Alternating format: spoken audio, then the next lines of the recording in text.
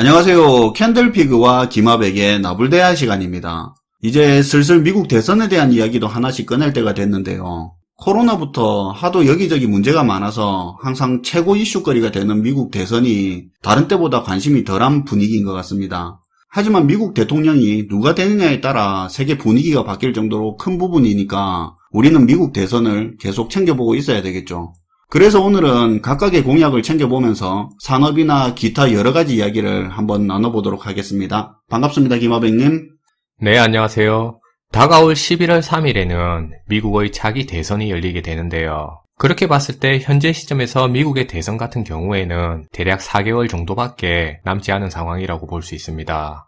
사실 최근의 분위기가 코로나 재확산되는 문제라든지 아니면 각종 다양한 경제 이슈가 더욱 부각되다 보니까 실질적인 미국의 대선 이슈 같은 경우는 조금은 관심에서 멀어진 주제라고 볼 수 있는데요. 그런데 사실은 차기 미국의 대권을 누가 거머쥐게 되느냐에 따라서 수혜를 받게 되는 산업군들의 종류 역시도 달라질 수 있게 된다고 이해할 수 있어요. 투자하는 사람들한테는 그런 게 또 큰 부분이죠. 네. 그리고 사실상 미국의 경제정책에 영향을 많이 받는 우리나라의 투자시장 역시도 어떤 당의 후보가 대통령에 당선되느냐에 따라서 변화를 맞이할 수 있는 상황인데요. 그런 의미에서 보자면 현재 투자시장에 참여하고 있는 투자자들의 입장에서도 차기 미국의 대권 흐름이 어떻게 진행되느냐에 따라 현재 진행하고 있는 투자 전략의 방향 자체를 수정해야 될 필요성이 생길 수도 있다고 이해할 수 있어요. 그렇죠. 이번에 트럼프와 맞붙을 민주당 후보가 바이든이죠. 네, 맞아요. 현재 미국의 대통령 후보 같은 경우에는 현직 대통령인 공화당의 트럼프 대통령하고 민주당의 후보인 조 바이든이 맞붙게 된 상황인데요. 그런데 지금까지의 여론조사로 봤을 때 민주당의 바이든 후보가 50% 이상의 지지율을 확보하게 되면서 트럼프를 10% 이상 앞서가고 있는 걸로 나타나고 있습니다. 이거 가지고도 지지율이 맞니 안 맞니 말이 많던데 결과야 뭐 나와봐야 알겠지만 그런 논란은 일단 뒤로 하기로 하고요. 어쨌든 현재로서는 바이든이 우세한 걸로 나오고 있죠. 그렇죠. 그런데 만약에 다음의 차기 대선에서 조 바이든 후보가 당선되게 되면 기존의 트럼프 대통령 당시에 주목을 받았던 산업군들이나 경제정책들이 소외될 가능성도 상당히 높아지게 됐는데요. 그런 의미에서 지금부터는 공화당의 현 대통령인 트럼프가 펼쳤던 기존의 정책들하고 민주당 후보인 바이든의 정책적인 차이점을 비교해보면서 향후에 미국 대선 이후에 어떤 산업군들이 주목받을 수 있을지를 그 가능성을 점쳐보는 시간을 가져보도록 할게요. 우선 조 바이든 후보의 공약 같은 경우에는 중도적인 인상이 강하다는 평가를 받고 있는데요. 대표적으로는 기존의 트럼프 대통령이 실행했던 기업들의 감세 정책을 반대하면서 오히려 세금을 인상시키고 기존의 기업들의 감세 정책을 폐지하겠다고 주장하고 있습니다. 트럼프가 기업들의 세금을 많이 낮췄었는데 그럼 그걸 원래대로 되돌리겠다 이거네요. 원래대로 올릴지 원래보다 더 많이 올릴진 지금으로선 알 수 없는 상황인데요. 그리고 사실 원래대로 올린다고 하더라도 그걸 받아들이는 기업들의 입장에선 악재라고 볼 수밖에 없을 것 같아요.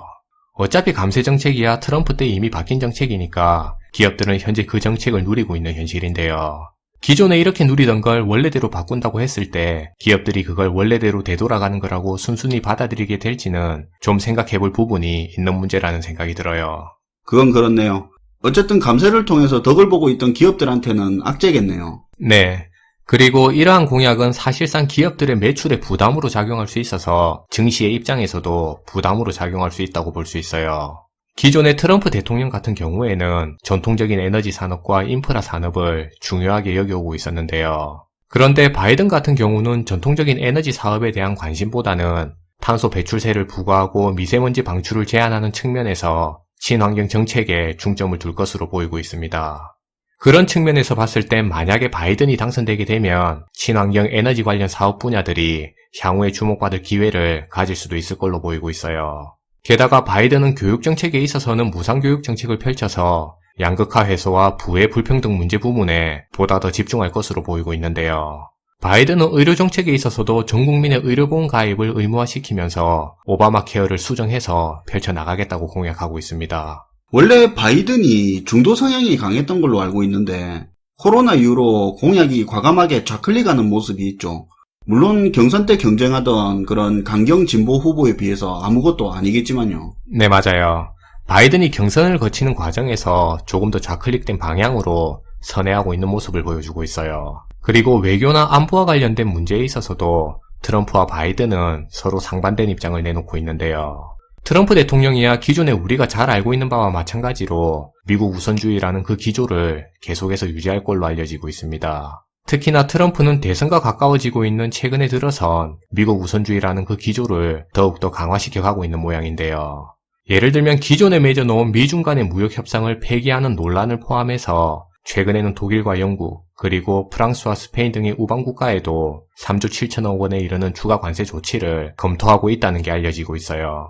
트럼프는 자국의 이득이면 기존 우방국이고 뭐고 없죠. 네, 맞아요. 국제 질서나 우방과의 외교 관계보다는 자국의 이득적인 관점에서 모든 문제를 다루고 있는 모습을 보여주고 있는데요. 그리고 아무래도 미 대선이 4개월 앞으로 가까워진 현 시점에서 자국 우선주의라는 자신의 외교 정책을 더욱 강하게 밀어붙여서 자국민들에게 각인시키려는 그러한 의도가 깔려있는 것으로 보이고 있습니다. 반면에 바이든의 외교나 안보 정책에 있어선 트럼프와는 대조적인 공약을 내놓고 있는데요. 바이든은 국제 질서 유지나 동맹국과의 관계를 유지하는 데 있어선 기존의 우방국과의 동맹을 강화시키는 방향으로 정책 기조를 펼쳐나갈 것으로 보이고 있습니다.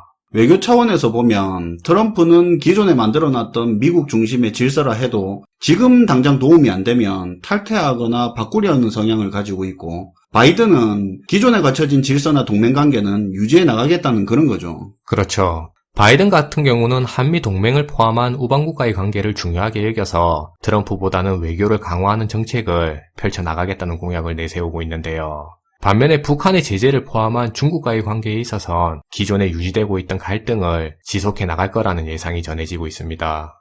중국이나 북한한테 대응하는 부분은 크게 트럼프 때와 방향성이 바뀌지는 않겠네요. 네, 일단은 그렇게 보여지고 있어요. 그렇다면 전반적으로 지금까지의 내용을 공화당과 민주당의 관점에서 정리해보면 간략하게 세 가지의 측면에서 정리할 수 있을 것 같은데요. 첫 번째로 기업들의 세금 정책에 있어선 공화당은 감세 정책을 주장하고 있고, 반면에 민주당은 기업들에게 세금을 늘리는 증세 정책을 펼쳐서 양국 간의 부의 불평등 문제를 해소해 나가겠다고 정리할 수 있을 것 같습니다. 그리고 이러한 공약은 누가 차기 대권을 차지하느냐에 따라서 증시에 있어선 호재나 혹은 부담으로 작용할 수 있을 여건이 될 수 있다고 얘기했어요. 외교 문제는 자국 우선주의와 보호무역을 중시하고 있는 공화당과 비교적 중도적인 입장에서 우방국가의 외교 강화를 강조하고 있는 민주당으로 구분해서 비교할 수 있을 것 같습니다. 사실 외교나 안보적인 측면에서는 보호무역을 강조하고 있는 공화당과 비교했을 때 오히려 현 시점으로 봤을 때 민주당을 대표하는 지금의 공약이 조금 더 절제되고 안정적인 국제 질서를 유지하는 데 유리한 측면이 있다는 평가를 받고 있어요. 아무래도 보호무역주의가 강화되는 상황에서 우리나라 입장에서는 민주당 외교 정책이 좀 더 유리하겠죠. 네. 마지막으로 교육과 의료와 같은 복지 정책에 있어서도 두 정당은 상반된 공약으로 비교될 수 있는데요. 기존의 공화당을 대표하는 트럼프 같은 경우에는 철저한 자본주의 논리에 기반한 경쟁을 중요시하는 시장 논리를 공약으로 내세우고 있습니다. 반대로 민주당을 대표하는 바이든 같은 경우에는 무상교육이라든지 전 국민의 의료보험 가입을 의무화시켜서 확대된 복지 정책을 공약으로 내세우고 있는데요.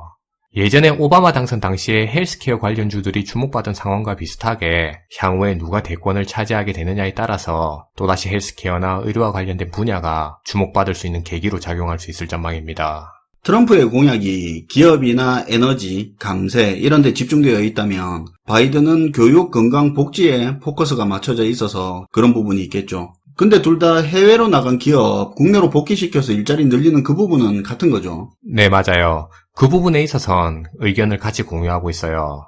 오늘은 4개월 앞으로 다가온 미 대선을 주제로 간략하게나마 두 대선 후보의 공약을 비교해보는 시간을 가져봤는데요. 이미 알려드렸듯이 차기 미국의 대권을 누가 차지하게 되느냐에 따라서 향후에 주목받을 산업군들 역시도 달라질 수 있는 환경이 오고 있다고 했습니다. 지난 대선 같은 경우도 트럼프가 당선되게 되면서 에너지와 인프라 관련 산업들이 주목받는 일이 있었는데요. 이번 경우도 주도 산업의 방향을 예측해 볼 수 있다는 측면에서 양 대선 후보의 공약을 공유해 보는 시간을 가져봤습니다. 네, 오늘도 잘 들었습니다, 김하백님. 네, 감사합니다. 한 번씩 보면 미국 공화당이랑 우리 보수당, 그리고 미국 민주당이랑 우리 진보당을 똑같이 보는 분들이 계시는데요. 그런 부분은 좀 구분을 해서 미국 정치는 미국 정치대로 그렇게 보면 좋을 것 같다는 생각입니다. 미 대선과 관련해서는 앞으로 할 이야기가 많을 텐데요. 중간중간 그런 부분은 계속 챙겨드리겠습니다. 시청해주셔서 감사하고요. 지금까지 나불대화 시간이었습니다.